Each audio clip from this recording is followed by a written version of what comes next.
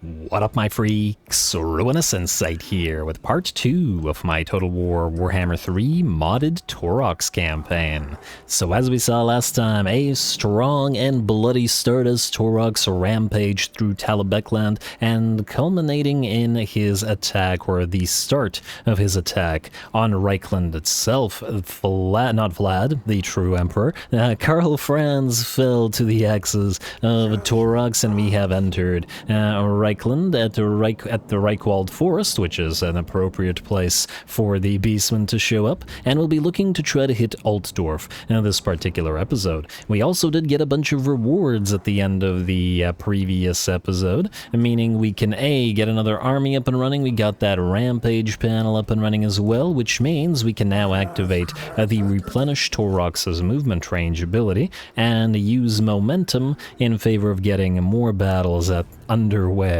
in a single turn. Should be pretty effective. We'll see how effective, though, in Old World, considering those distances and being increased that I talked about in previous episodes. Before we get started, though, a couple of quick notes. Just like the previous campaigns, we will be doing an engagement threshold thing with this campaign to determine episode length. So to start off, if we get 400 likes and 60 comments on this episode, the next episode will be an hour long. So keep that in mind if you would like a longer episodes. Obviously, these thresholds will be lowered periodically, every 5 episodes or so, to keep it reasonable and achievable, but also challenging enough.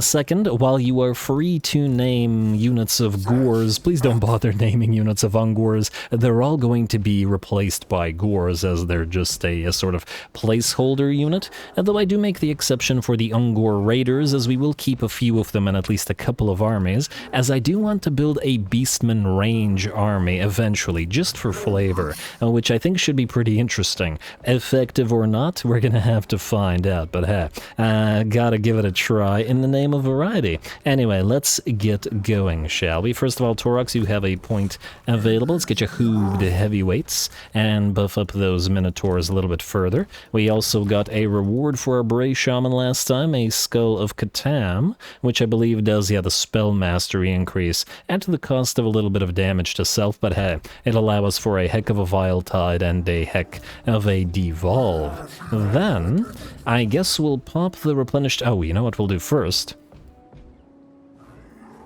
We'll go into the Rampage panel, and then we'll pick one of these. I really would like to see whether the Blood Greed that we get from Bloodthirsty Onslaught will apply or will be able to be stacked with Gore Greed on the Minotaurs, and, well, we'll have to wait until Taurox is level 12 for that, but I think there's no reason not to get this right away. At least it'll apply to the rest of the army, buffing everybody up. And frankly, while we're using Ungors, the immunity to psychology will be really useful, as they're prone to have low leadership and run away when anybody looks at them wrong. So, Bloodthirsty Onslaught it shall be. And then the next rampage, if it doesn't stack with Minotaurs, I mean, if it does, we'll probably keep it. If it doesn't, we'll just pick the ward save, because 10% ward save is going to be pretty good. Alright, that's that. Then... Clan Creepus. Alright, so we're going to do a non-aggression pact and, I guess, a trade agreement with you. We don't actually care about this and will most likely betray them and destroy them, but for now, the main thing gating us is going to be money. We need money specifically so that we can upgrade our hordes and get new units up and running as fast as possible, for that variety I've been talking about. Bloodthirsty Onslaught, yes, great. Good for you. Replenish Taurox's movement. Alright, so that gets us all the way to Grunberg. Now, this stance reduces income from raiding and gives us a vigor in battle tired, which means we probably don't want to attack in this stance, per se. We want to stay in the stance after the battle. So let's say, gathering herds to attack. Like so. I think this place was damaged already. Yeah, it's already damaged, so we don't really care about what happens there. And we'll auto-resolve you to death, because, yeah. Like so. And 320, not worth our time, so we'll raise in advance. Like so. And then, yeah, we're still healing up nicely, and then we'll go into raiding again. And unfortunately, we can't reach any of the other enemy territories by the looks of it. Very close, but not quite. Now, where are the other enemy cities? Featherfoe Torque, not super useful. But the free money we'll certainly take. A hero becomes a legend when 10 battles with any single hero character. Alright. So there's clearly a city here because there's a little nexus of roads. There's another one right beside it. And then there's one here, and then this is Altdorf. Alright, I guess we'll try to head down here first. So, you, sir, go down here. Let's see if we can get into range of it so we can see what's going on down there. I would like to see if it was... there were units there. Alright, so we'll do something else instead. Some of you have suggested that we should get our first Lord up and running, and we'll get the... Let's get the cheapest one so as not to waste the points. We're gonna be able to get our first Legendary Lord in a couple of turns. I don't know whether that means we need to delete this guy immediately or not, but I guess we can get him up and running and then delete him and then bring him back later. We'll see. I don't know if it's stackable like that, but we'll find out. So let's get you. Tormented Utterances. Yeah, income from raiding, income from racing. We do need the money, as I said, so let's get you. And then we'll pop you immediately into... Oh, you know what? We can put you into Hidden Encampment. We don't really care about your Bestial Rage, but we can use you to recruit some additional units, essentially just to tote them around. If Taurox loses his to an auto-resolve, we'll simply swap more units in. I think that'll be the way. Alright, happy with that. Building upgrades we don't care about, unassigned skill points. Oh, actually building upgrades. What we could do is build the heads on pikes, or spikes rather, to gain an additional 25 dread per turn. Now, you know what? We'll wait. It's 4,000 gold, and I'd like to find out if we can get another lord up and running first. So, end turn. Because if the horde can't replace its leader, and you have to build a new horde each time, that would mean it would be pointless to build that building at the current time. But it will be not so pointless to build it later. Well, what do we have here? Eben von Leibwitz, the leader of Nuln, has arrived and is looking like he wants to give us a nice little fight.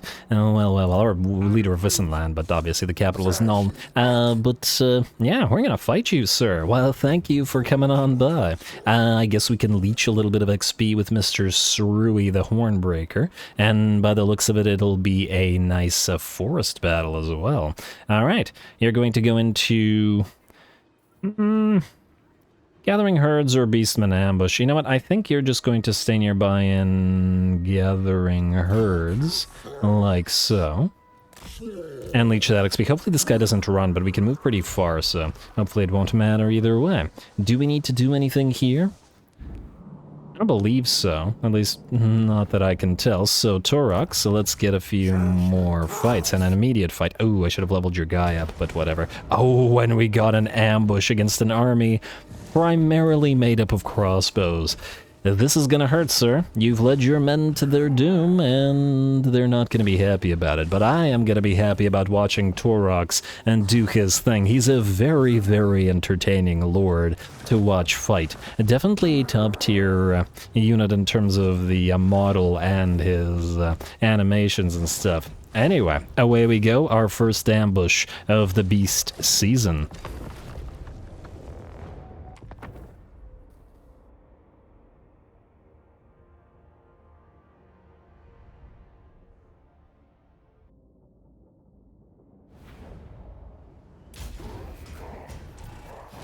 Alrighty, here we go, an ambush against an army made up primarily of crossbows. Now this is something the Beastmen are adept at in the lore, engaging columns of men by or just suddenly appearing out of the woods and destroying them. So this is, this is their home turf. We're gonna hit the enemy from both sides at the same time with the Minotaurs and Ungors, while Taurox himself heads directly for the enemy lord with his massive charge, and Ungor Raider arrows arc overhead. Doing a little bit of slow-mo because ambushes are... Oh my lord. Oh yeah, you see, this guy doesn't cause terror. You see a bull man that's like 10 times the size of you, or at least in terms of weight, leaping through the air, and that is not enough to cause terror, only fear. I mean, we gave him terror, didn't we? But anyway. Well, you are going to have a bad day, sir. Anyway, here come the rest of these smaller bulls all fighting under that devolve rain, and I'm really liking the effect. And a bray scream coming in from the shaman, and the rest of our army is engaged. The enemy forced to blob up with their Ungor raiders able to shoot them like men in a field, I don't know, something fish in a barrel like. While our hounds, where they can remain relatively safe, are going after the enemy outriders and have already destroyed the enemy mortar and cannon crew. The bounce of power already about 80% in our favor, most of the enemy army already shattered, and the battle is just about ours. I did warn you guys, ambushes are quick at the best of times, and a Beastman ambush against a pretty much all crossbow army is always going to be super quick. Wow, it looks like a few of those crossbows do remain in the fight. The enemy lord is attempting to escape from Taurox, but he's got pretty darn good speed at 68. One short, unfortunately, from nice, but, well, getting there. Maybe we can get him a buff of some kind, then he'll make it. Though it'll probably be difficult to get exactly one speed.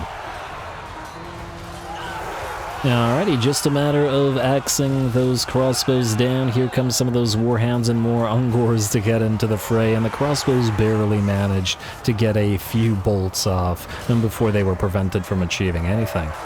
Alright, and I do believe that looks like they are shattering. In fact, they have shattered, and the battle, and just like that, is ours. The enemy lord will also, by the looks of it, get brought down by Taurox. At least I would assume so. Taurox, don't just screw this up, buddy. I want to see his death animation. You gonna do the roll? No, he's going to do a gore charge, but that one failed. And did he just trample him, or is he gonna get back up? No, he's gonna get back up. Come on, show me a nice death animation.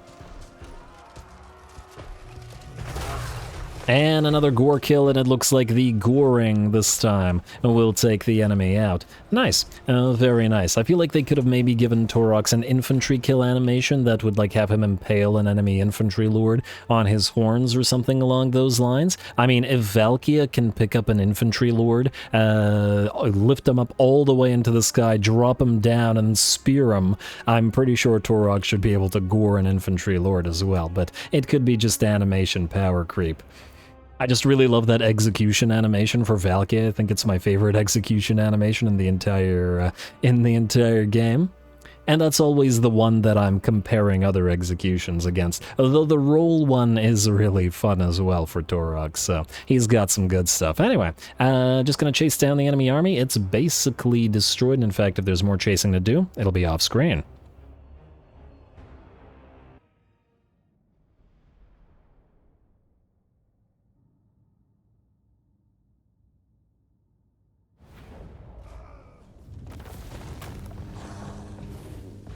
Alright, well that was pretty horrifyingly effective. The poor Imperials and getting led into that ambush. And now, we didn't actually take all that much damage, and though it costs us a lot of bestial rage, 2.4k is hard to turn down at this stage in the game.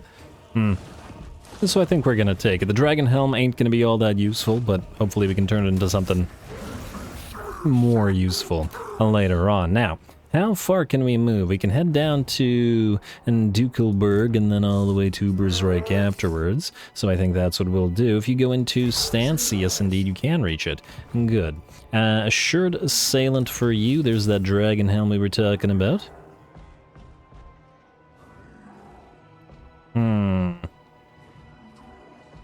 One second. Can you still reach the place as well to leech the XP? No, you cannot. So you're better off in hidden and camp and tend to build more troops. What do we have at Dukelberg? Basically nothing. So you're going to go here, and you're going to raise it with a quick little auto-resolve. 1 second. Do we have another point? Yes, we can get another point in hooved heavyweights, but we will save the rest of our points, or the next 3 points we can, to get Favorite of the Skull Throne and then a couple of the better things in here from the unique tree. Just wanted to buff up those minotaurs that we have as much as possible, since they are the ringers of this particular army. Sarui, I would like you to head here then. Keep an eye on what's going on here, and then continue building garbage troops while you're at it. Taurox, raise with an auto-resolve, I guess. And we will want to, I guess, raise in advance again. To heal up and keep moving. And good. And Winds of Magic +5 and a Scroll of Leeching. I mean, I guess we can have that. I'm not actually sure that I'd rather use the Scroll of Leeching than the Spell Mastery from the Skull of Catan, since we can use it to do more damage. So right now, I think not. You can have an Armor of Silvered Steel, though, and I guess the Feather Foe Torque until we can get something, basically anything, better. Hey, you, sir. Go into raiding stance right at the edge of Uber's Reich, and we can go for another momentum reset, but we do have the bonus from raiding right now, so I think we can very well use it for a turn. 610 ain't too bad after all. We'll also...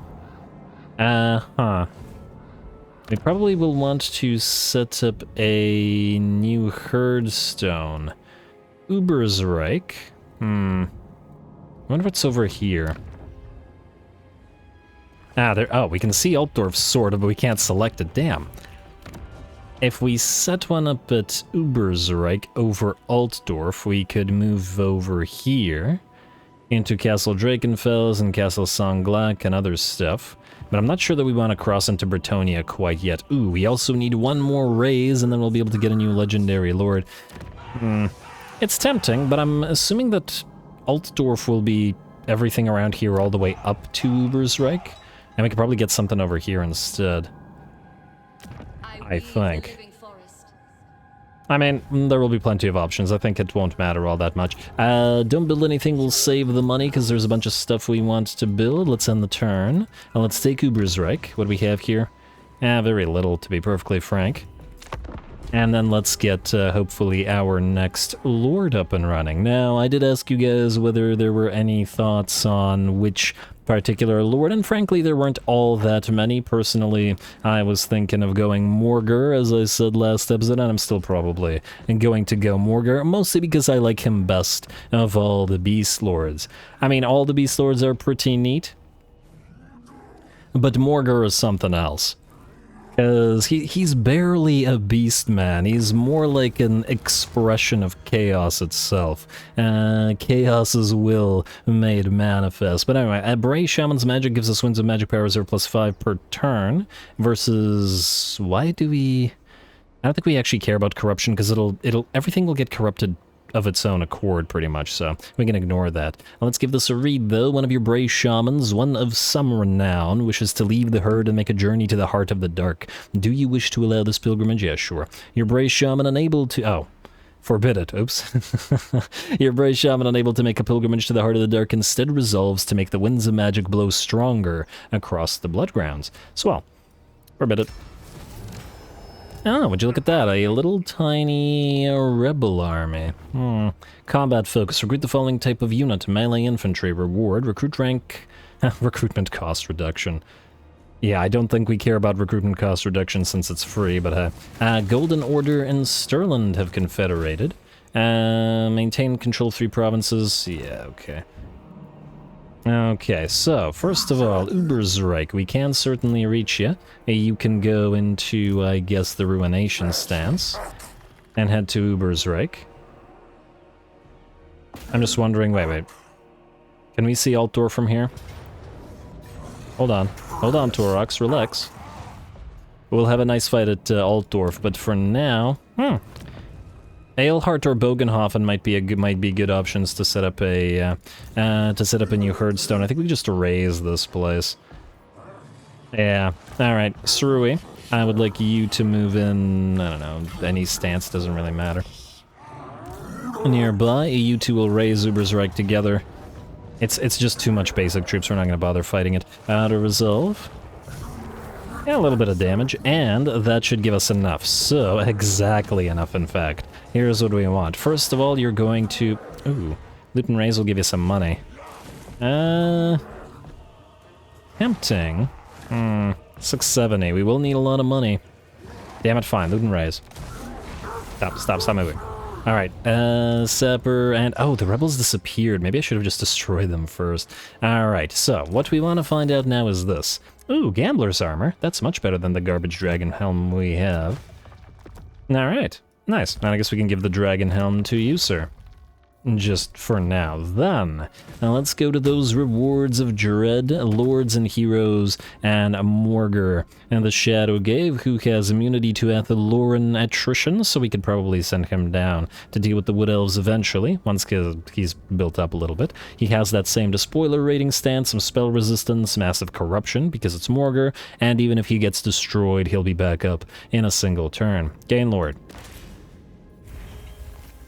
Confederation. Slaughterhorn Tribe and Warherd of the Shadow Gave. It... Okay, that's us. And is Morgar on the map? No, Morgar is not on the map, which means he is here. Yes, we're 2 out of 2. We can't recruit him directly, but can we replace? And this character cannot be recruited here. They must be recruited from a valid location. PH. PH. PH. I don't know what PH is, but I take it this means we need to destroy this little horde. Oh, that's a little bit unfortunate that all these units built were relatively useless. Not a big deal. Alright, fine. Get rid of this. Do you have any items on you? No, you don't. We'll probably bring you back at some point, like so. Then... the best way to do this. We could stay in stance and build stuff up and head to Tama next turn and then to Altdorf immediately, or we could replenish momentum and head there immediately. I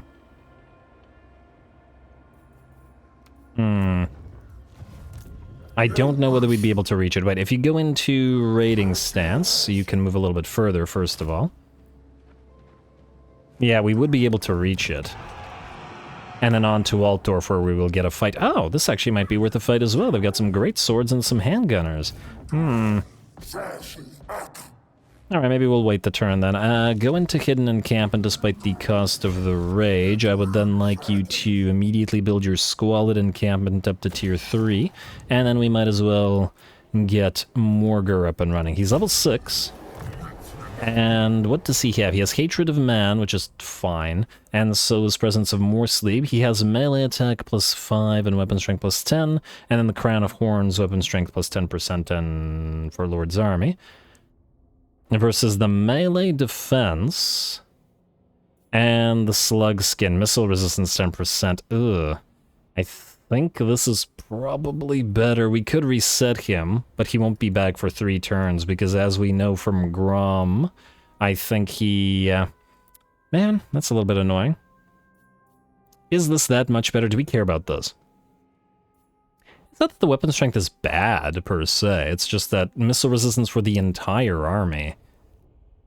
For an army that can very well get shot up and heavily damaged. And it's not like a melee attack is difficult to acquire. You know what? Let's consider it this way. What will be his army made of? What will his army be made of? Morgar, come here. So his army, because he buffs various monstrous creatures. Where is this? Chaos Spawn, yes. So he will buff Chaos Spawn quite a bit. And Centaurs, Thangors, and Jabberslights. Alright, so Centaurs have decent melee attack and lower melee defense. And will probably get their melee attack much higher. Hooved Footfalls, no. Really? Hooved Footfalls doesn't buff, these guys get... So these guys get weapon strength, speed, and charge. They also get speed, charge, and missile resistance. Ah, additional missile resistance. For good reason. What about the Chaos Spawn? Missile resistance and melee attack for Chaos Spawn. Who probably have a lot of melee attack and poor melee defense, generally speaking. Yeah, 50 and 25. To me, that says... the missile resistance is probably better. What about Sangors? 30 and 30, they're about even. Though once again, I think they could probably use the missile defense. Yeah, we're gonna go for the missile resistance. Alrighty, so reset all skill points. We'll see you again in 3 turns, Morgar. Let's do it. Wounded. And I assume that he'll be back in 3 and not 1. Yeah, see, despite the fact that he's supposed to return in 1, when you do that, it's 3. But it's okay. No big. You, sir, then stay where you are. Or I guess you could just head there. Or you could heal up and fight it. Actually, you know what? I think I like the idea of fighting hurt because it'll make the battle a little bit more interesting. So we'll do this, and then we'll head there immediately. Keep it up. Juggernaut rating? No. Go into a regular stance. See if we can't make it there. I guess Ruination, a little bit of that extra resistance. We're not technically sieging, but close enough. Alright, and let's do a fight while hurt. And honestly, it's also not that much. I wonder what's at Altdorf, though. Ooh, yeah, Altdorf has a lot of defenders. Alright, you know what? Let's save the fight for actually Altdorf. I want Morgar on the field ASAP, so... just out of resolve this garbage, and then we will raise an... Ooh, another 1k. Fine. Take this. Stop. A raiding stance. You can't reach Altdorf, but you can go right here in Bogenhofen. And then raid for another 1,000 gold per turn. We'll head to Altdorf first. We'll even pop the additional movement speed if needed. Anyway, we constantly use Devolve, and we probably will continue periodically using Vile Tide. So let's go for that. The user are now good. How many more turns do we have the raiding buff for? 1 more turn. Okay, so we won't need to do this anymore afterwards, and we'll be able to heal up. How's your Bestial Fury, or whatever it is? Bestial Rage, it's fine. Everything's fine. Skip, skip, skip. How long is the other Lord wounded? I guess we could get him up and running again. For 5 turns. Yeah, I'm not gonna bother wasting money on the others then. Alright, end turn. Reasonably happy. And we've got a trip to Altdorf, where we should be able to set up a unique herd stone and then start raising this stuff for additional, whatchamacallit, ruination marks. I think we need 100 or 99 ruination marks to get a 3rd army, which we should try to prepare for as soon as possible to get either Khazrak or Malagor.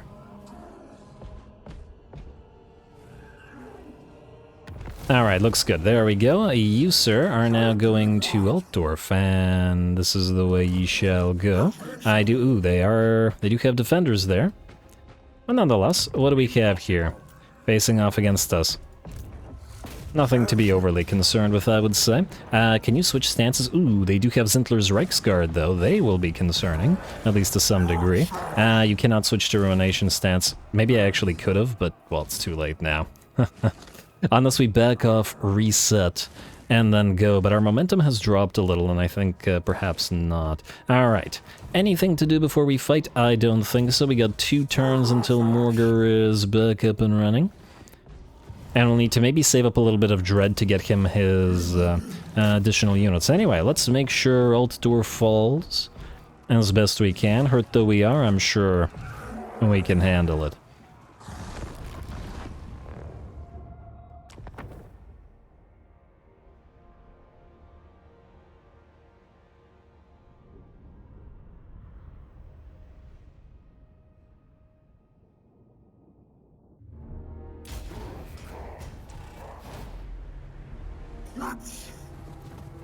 And so here we are. The Brass Bull has arrived at the Imperial City. Altdorf stands undefended, the Emperor lying in a field somewhere, brought low by the rage of the Brass Bull, and we shall be able to break the hearts of men, if we should be able to break their capital city. As usual, we're going to move right into the enemy gates and ignore the enemy range. Fortunately, the Ungors are all hidden in stock, so they can't make any use of those towers of there. And just gonna speed us up while we knock those gates down, and then we'll head into the city. And biggest threats are obviously going to be the mortars. A single mortar can absolutely decimate our Ungors without much trouble, frankly, and the enemy will probably be doing a pretty good job of protecting it. So yeah, I believe there's a building that we can get. I think it's the Shaman building, which gives us the Shatterstone ability. ability, which would be able to allow us to break through an enemy wall instantly, which will come in real handy for future situations like this, as we would be able to instantly break a gate down and have all of our warhounds or other fast movers head on in. Speaking of heading on in, it looks like Taurox has battered the gate down, and man, he makes even the other minotaurs look tiny by comparison, and we're just going to have the minotaurs join the fray and start ripping any enemies that they can get to apart. Taurox does his roll to win.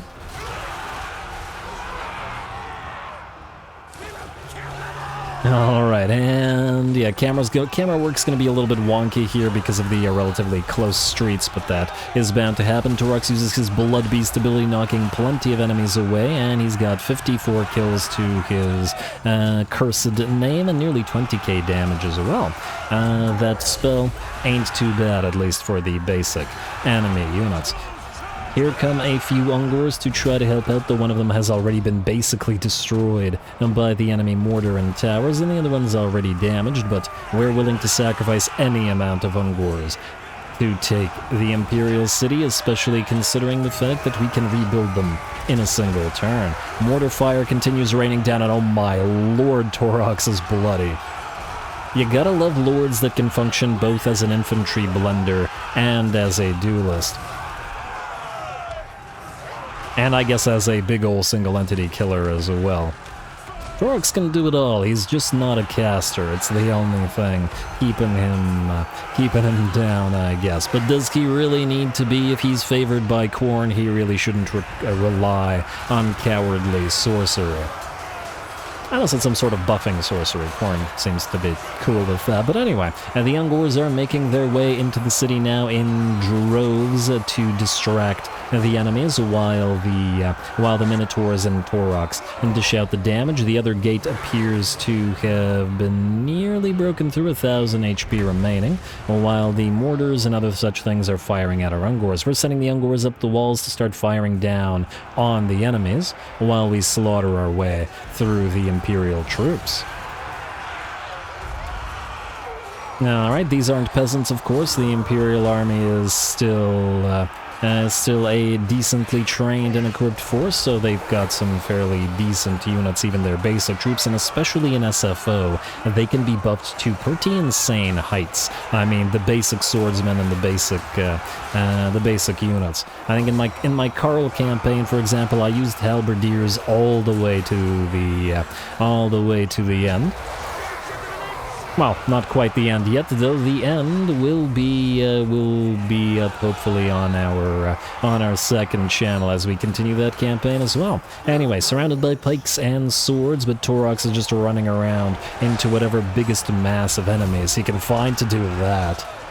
Man, I think he has more splash damage than something like a giant or an Arachnarok would. It's pretty crazy. And he also attacks quite quickly due to those dual axes of his. Moving a little bit away forward because he wants to pop his Bloodbeast ability again. Very, very nice. Hey, I gotta love that thing. And the enemies are having a pretty bad time. Looks like the second gate has finally broken down, and since most of the enemies were distracted by Taurox, the two second sets of Minotaurs, led by our Beret Shaman, make their way into the city. The goal, bring down all those undefended crossbows, kill off this Arch-Lector with our Minotaurs, and then loop around to go after those enemy mortars. We can also finally get the Warhounds into the city as well, 2 of them to loop around this portion of the battlefield, and the rest to help out by hitting a few enemies in the back. Looks like an arrow brought you down, sir. An arrow to the head. Nice job to whichever Ungor Raider managed to pull that one off. I wonder how Ungor Raiders' accuracy compares to that of Goblins.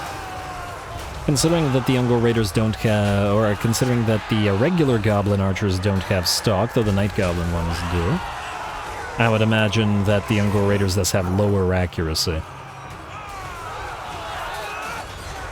Alright, just watching a random Minotaur, but every single Minotaur in this army will be, and already is, an absolute hero. and due to the amount of damage they both deal and take, it's not like we're relying on the Ungors to do all that much. The Zintler's Reichsguard move in, and we immediately counter them by popping that Devolve upgraded, massively reducing their physical resistance, and giving us those lovely green rain and fog effects.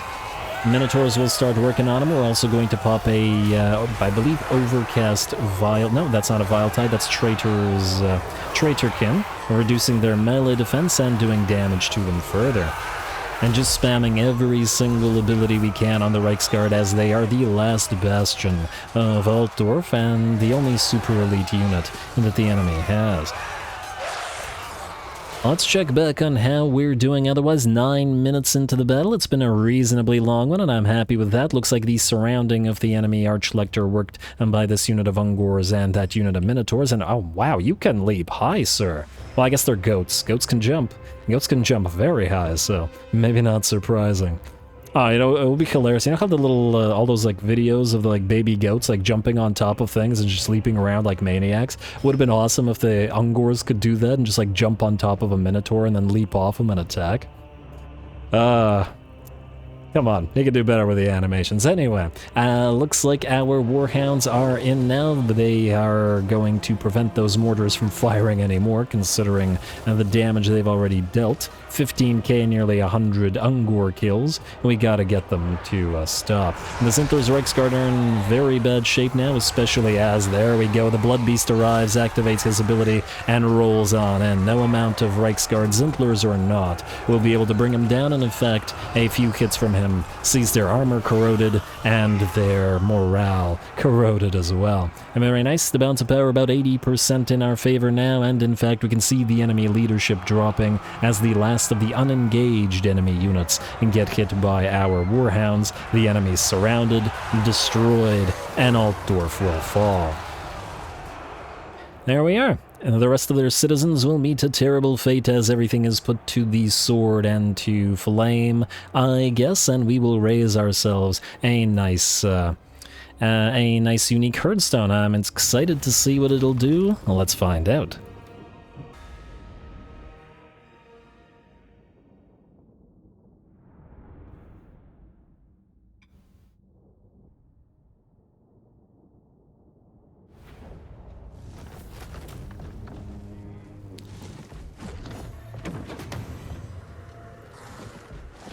Ooh, alright, a close victory, and our Ungors certainly took a pounding that battle, and not in the good Slaneshi way.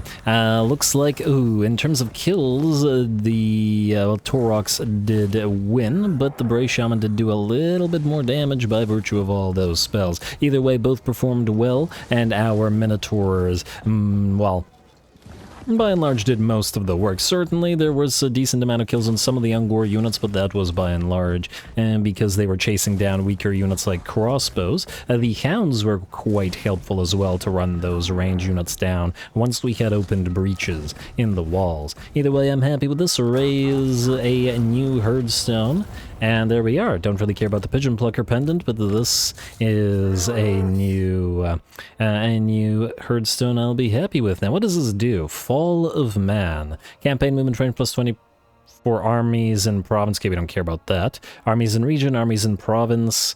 Oh, that's kind of mad, to be perfectly honest.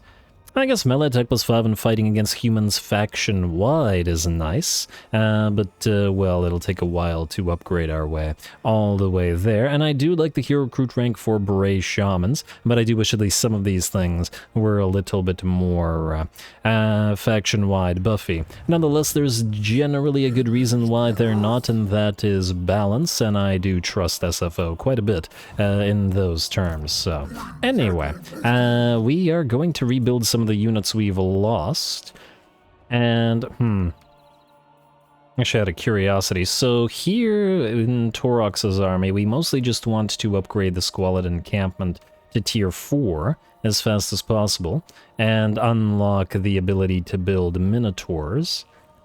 We'll save the Pits of Horror for Morgur's army, and we'll probably save the Pit Hovel for Morgur's army, as well as he likes Sangors, so they'll be the mainstay of his host. So, Taurox, you're gonna have to content yourself with all these Ungors for now. They are going to heal, And thus, we're going to want to take the most damaged ones. Frankly, I don't really care about their veterancy, so we'll just do this, and then rebuild them.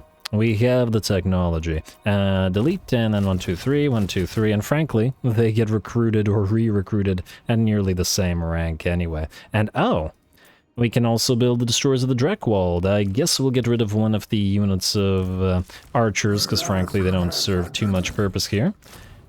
Yeah, nice little regiment of renown of Ungors, though. I don't know which army we'd be keeping them in. We can build a herdstone enhancement of some kind, which will give us Godgors eventually. But I think for now, or chosen Godgors specifically, for now I think we'll be ignoring those. And this still doesn't give us actual capacity for those guys, does it? It just gives us the ability to recruit them. And by dedicating them here, which means, wait, Rewards of Dread, and Gorgon, Incarnate Elemental Beast, Bistigors, Beastmen, Minotaurs, Bulgors, Sangors. Huh, I actually don't see Godgors' capacities here. So how do we acquire their capacities? Does this being tier 5? Horde recruitment capacity? No. Well, we'll get there eventually. Small chance of plague breaking out, Warriors of Chaos, Vigor, Battle, unlocks technologies, Pestilent Herdstone. Ox recruitment, chosen Pestigors. Yeah, I don't know. I don't know how the capacity is acquired for those guys, but I guess we'll find out as we go. Maybe it's via one of the technologies. Ooh, hello, what do we have here? Speaking of technologies... Ooh, constant casualty or punishment rate. I do like that. That will always be useful. We can't afford to spend 10k right now, but we will probably want to try to get to it as fast as possible. Ooh, I also see speed upgrades. It's fantastic for Beastmen, and we'll have to choose between speed and missile resistance, huh? And gonna be some potentially hard choices. Still, fun stuff. Well done, Taurox. You are not yet level 12, but you are certainly approaching it. We're gonna skip. We're gonna end the turn.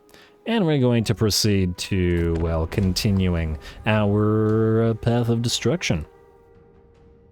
There is a mysterious island here, so we could probably grab that, then grab Eldagson. And we still have to wait until Morgur comes up. Maybe we'll send Morgur to the north a little bit, and then keep ourselves here. What do you want? Military access. You're willing to give us a fairly decent amount of cash for it. Yeah, wait, would you give us more for a trade agreement? You would, 3k nearly. I don't care enough about the defensive alliance, but we'll certainly do this. Only temporarily, mind you. Once the Beastmen get bored casting down the cities of men, I'm sure they will find some entertainment in casting down the cities of the rats. But money is money, tribute to the dark gods, as it were. We get 2,000 gold, or, ooh, more horde growth, yes please. In fact, we really want this up and running for when Morgur comes up, so that he can grow a little bit better. Reject the gift of chaos, though. Our devotion to madness and destruction has drawn the favor of the chaos gods, who wish to reward our calamitous actions with a gift, yet we could reject it. Shall we do so, or shall we accept this ruinous offering? Hey, that's my favorite kind of offering. Your refusal to our master's ruinous generosity has signaled your strength to others who now flock to your war herd, desperate to fight under such a powerful beast lord. Sure. Reject the gift of chaos for now. Taurox is already blessed by all the chaos gods anyway. We'll want to move down here and get all of this. Sadly, we already got Tom, so we won't be able to get the buffs for that. Aleheart might be a decent option for it. Yeah. If we take Aleheart, we could get all of this. Although, look at all those marks of ruination. That looks good to me. Alright, Taurox. First of all, Morgur's up next turn, I believe? Yes, one turn. So, here's what we'll do. We'll send you first to the Mysterious Island. This is a port, right? Yes, it is. Okay. I was slightly concerned there for a sec. Mysterious Island. In fact, if you could not waste as much movement space, that would be ideal. Let's go Fortified Grog, which gives us the Curse of Cannibalism and 10 turns of regen for the entire army. Certainly nice for our Ngors, or Ungors rather, and very nice for our Minotaurs. Don't really care for the Relic Sword, but who cares. In fact, wait, did we not have other sword? We do have a Sword of Might. Let's try to make him into something better. And they're never going to be all that useful. Fuse into, drumroll please, Chalice of Dark Rain. An area hex that reduces enemy accuracy. And not super useful on Taurox, I think, but we'll give this to you. Apply a few debuffs. And did I not give you the armor of silvered steel? Whoops. I did the wrong thing there, but otherwise it's fine. Taurox, land back at Altdorf, please. And then move to Eldagsen. We should also try to grab Karoberg, which does have some defenders. Either way, you have to go... right here, then go into raiding stance. And we can't reach Eldagsen in one bound, so I think we'll have to use our replenishment of movement. Like so. And just to double check. Yeah, this also counts. Alright, that's fine. Replenish.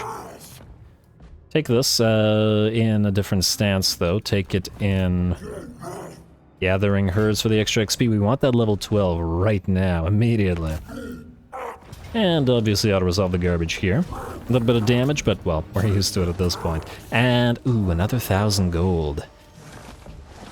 It's like, we can only build like 2 buildings right now. They're really expensive, aren't they? I'm tempted to raise, but no, loot and raise. Stop moving. Alright, access. And Ritual of Ruin available for Altdorf. Yes, that is my favorite ritual, but we won't do it yet. And oh, what the heck? That used up all of your movement. How did that happen? Huh. That's not great. This is great, but that's not great. I wonder why that was the case. Weird. Weird indeed. Ah, whatever. Go back to your own territory then. And we'll get Morgurs set up in this territory. We'll send you back around this way, then maybe fight some orcs, and maybe some elves or dwarfs or undead. Just a little bit of variety in terms of fights, as we don't want to be facing off against the same types of enemies for too long. Favored of the Scarlet Throne, spell resistance 20% and brass body, damage resistance plus 40% and melee defense plus 25 for 45 seconds when engaged in melee, which pretty much always. We got bestial rage increase and campaign movement range after winning a battle, which ain't bad. Juggernaut buffs Taurox personally. We don't care about Titans of the Deep Forest until we get said Titans. We do very much care for getting Gore Feast up immediately. And oh, I wanted to find this out. So currently, we have Blood Greed on everybody. We do this. Now we have Blood Greed still on everybody here, and Gore Greed here, but no Blood Greed, which means it doesn't stack, which means I guess we'll know for next time around. Then, I guess we'll start moving through Drenched in Blood. I think we want to get the campaign movement range increase as fast as possible. The armor -2 per rank achieved enemy armies in region is fine, I'm sure. Per rank achieved, whose rank? Wait, whose rank is this talking about? This can't be talking about Taurox's rank, because -2 x 50 would be ridiculous. That's not possible. It has to be something else. Maybe it's up to 9, so -18? It can't be 2. Huh. I really don't know what this does. But for now, I guess we'll figure it out. Let's go Drenched in Blood. And then we gotta get Demonic Vigor ASAP, Perfect Vigor, Banner of Eternal Flame passive ability, which means more damage out of that Bloodbeast ability, which is a fire-type explosion. Nice. Alrighty, I believe that's it for this turn. We'll keep our momentum as it is, and... oh, we got the Savage Rampage as well. Nice. Dread increase from all battles. I do like that, plus 25%. We got increased money and horde building construction costs. Yeah, we gotta do that. That's the only one we can do. Oh! Wait a second. Stampede of the Chosen movement cost to replenish campaign movement range -1. That might be even more tempting, as long as it doesn't break again like it did here. Damn, 25% money saving. Nah, I gotta go with the extra movement. Claim reward.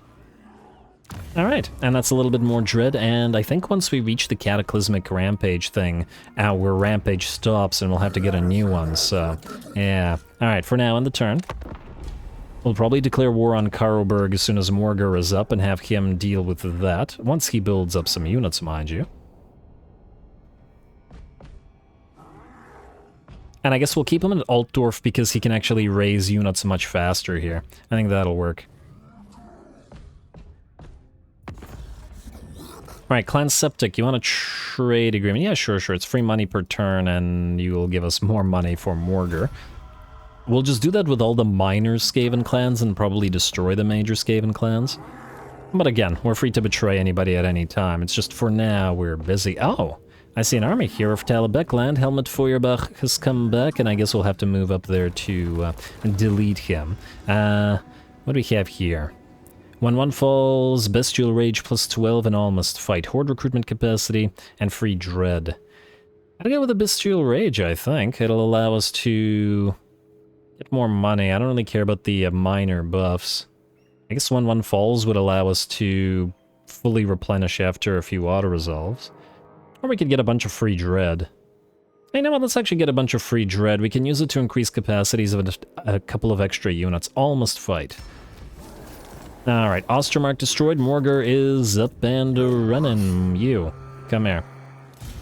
Alright, and then a second front and a 3,000 gold. Morgar, immediately. You need to get the den. Try to get to those Chaos Spawn ASAP. And Taurox, you can move past Morgar towards Castle Grauenberg, which I imagine you can't reach, but since we have the ability to move faster, or cheaper, then we should be able to be just fine. Squalid encampment immediately. And we do want those Sandgors, but at 4.8k, it's real steep. I'm not sure that we can technically afford it. Though I won't say I'm not tempted by it. Wait. Oh, we need this as well, don't we? Because he buffs Centigors. A moment. Yeah, he buffs Centigors, Chaos Spawn, Sandgors, and Jabber Slites. Man. Alright, fine, build that as well. This is taking all of our cash.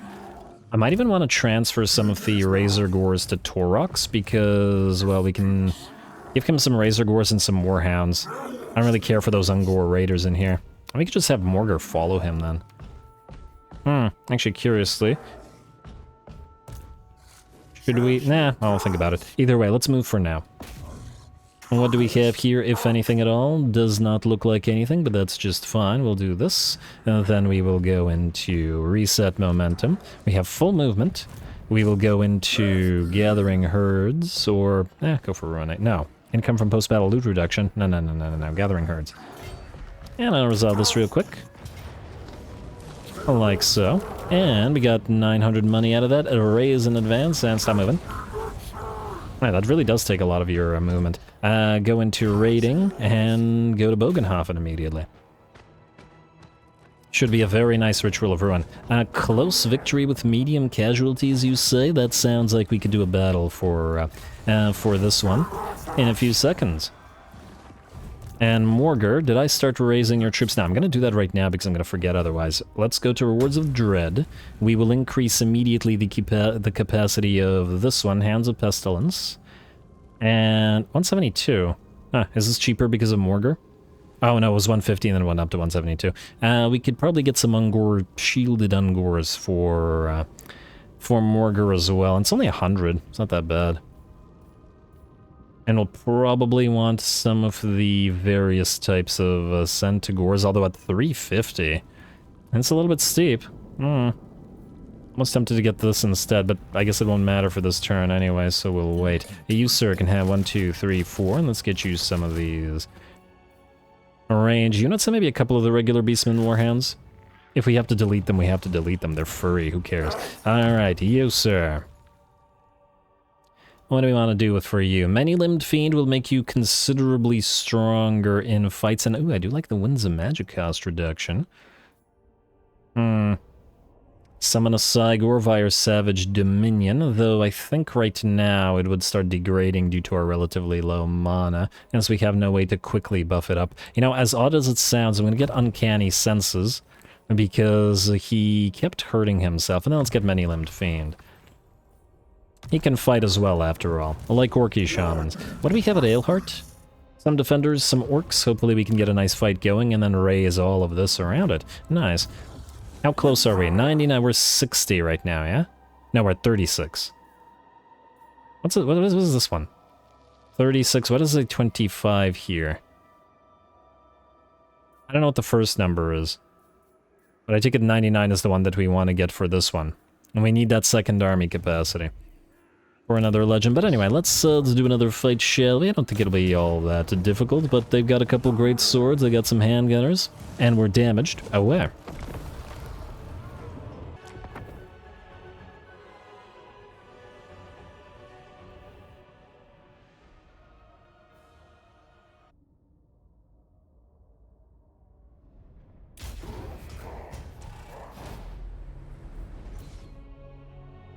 Alright, away we go. Taurox is silent this time, but perhaps he shouldn't be. It is not the biggest army, but 2 units of great swords, 4 units of halberdiers, and then crossbows at 4, I think, and handgunners as well isn't an army to sneeze at. I've used similar armies in my own Empire campaign all the way to the end. In fact, one of the armies was pretty much made up of nothing but Free Company militia, and not the super buffed Free Company militia of Volkmar the Grim.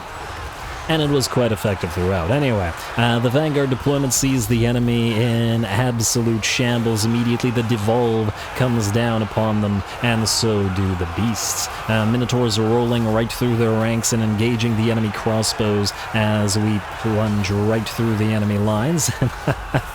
And Taurox just sends like 20 of his own Ungors flying because they dared to get in his way. The purple tattooed, what are they called here? Something of the Drakewald? Destroyers of the Drakewald Ungor Spear Herd will be applying poison to some of the enemy, which makes this unit fairly valuable as we don't have other sources of poison at the current time, and it'll help out a little bit against those great swords, especially when combined with that armor corrosion that the Filth Mace Taurox does applies. We got a Brace Scream coming down on a few of those poor enemies' swords, as well as the arrows rain overhead and the Minotaurs tower over their prone forms, and I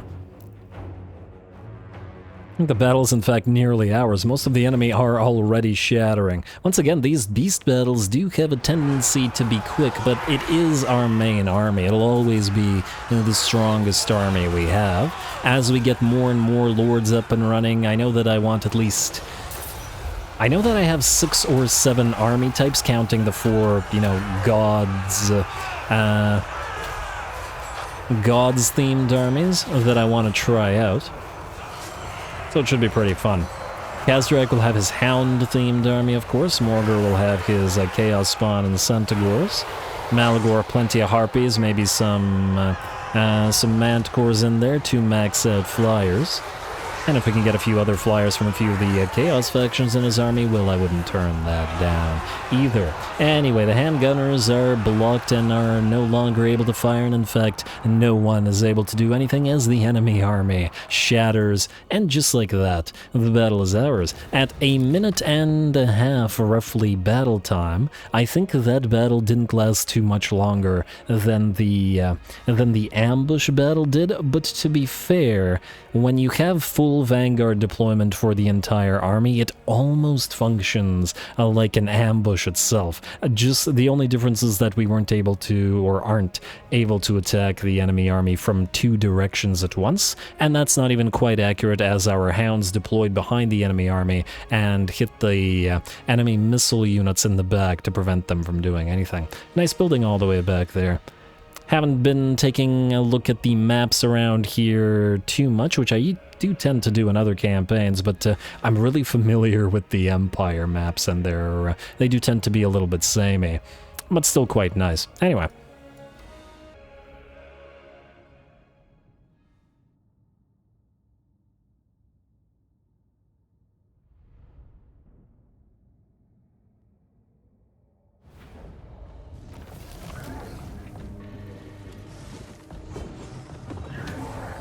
Alright, very easy little fight, although expectedly so, I suppose, and we got a decent amount of favor out of it as well. Gotta get those extra or different units up and running. Loot and Raise will give us nearly 2k, so we gotta go for that. And no, stop moving. Alright, you're gonna go into raiding stance now, and can you reach any new territory? No, unfortunately not. But what you can do is heal up nearly to full, so that I'm gonna be happy with. Looks like orcs are next on the menu, and oh, we don't even have the option to join a war with them or against anybody or whatever. Well, that's fine, because we're gonna kill them anyway. Since they can't give us any money, we'll get money by killing them. It's a perfectly valid way to get money. Wait. We lose a couple of units? No. I just didn't build as many. Okay, wait. Screw this up. 2 more of you, 2 more of you, and 2 of you. And then you and you will come up. Alright, happy with that. Yeah, you know what, let's stay in and heal up. I mean, I was gonna say maybe replenish the momentum, but I think we're just fine, and we're approaching the cataclysmic rampage streak anyway. Now this army will probably destroy the ritual at Wiedebach, but that's no big deal. I assume that we can't lose Marks of Ruination. It's been long enough that I've played Beastmen that I no longer remember, but I guess we'll find out. We're at 36 currently, because the ritual has been complete, so I'm not sure that we care about those. Get some chariots up and running as well. Anyway, upbuilding Zentern. Well, let's see where we can head to from here. And Morgor should have his army up and running in only 2 turns, which I'll be happy with. And we should be able to pop that ritual at Altdorf in, I want to say, a few turns as well. Just need to take out Karoberg and whatever's over here.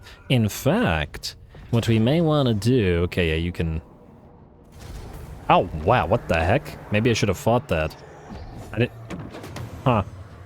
Nah, I think that's the auto resolve being crazy. We mostly have Ungors, they would have shattered, or were just routed. Now you can have that back, we'll be on a raising spree over there anyway. And I also noticed that that auto resolve gave us additional dread, which I won't complain about. Alright, Wiedebach falls, and we are at... No, still 36, so that does nothing. No losses there. Altdorf. We need just Karoberg and Grossfur to max it out.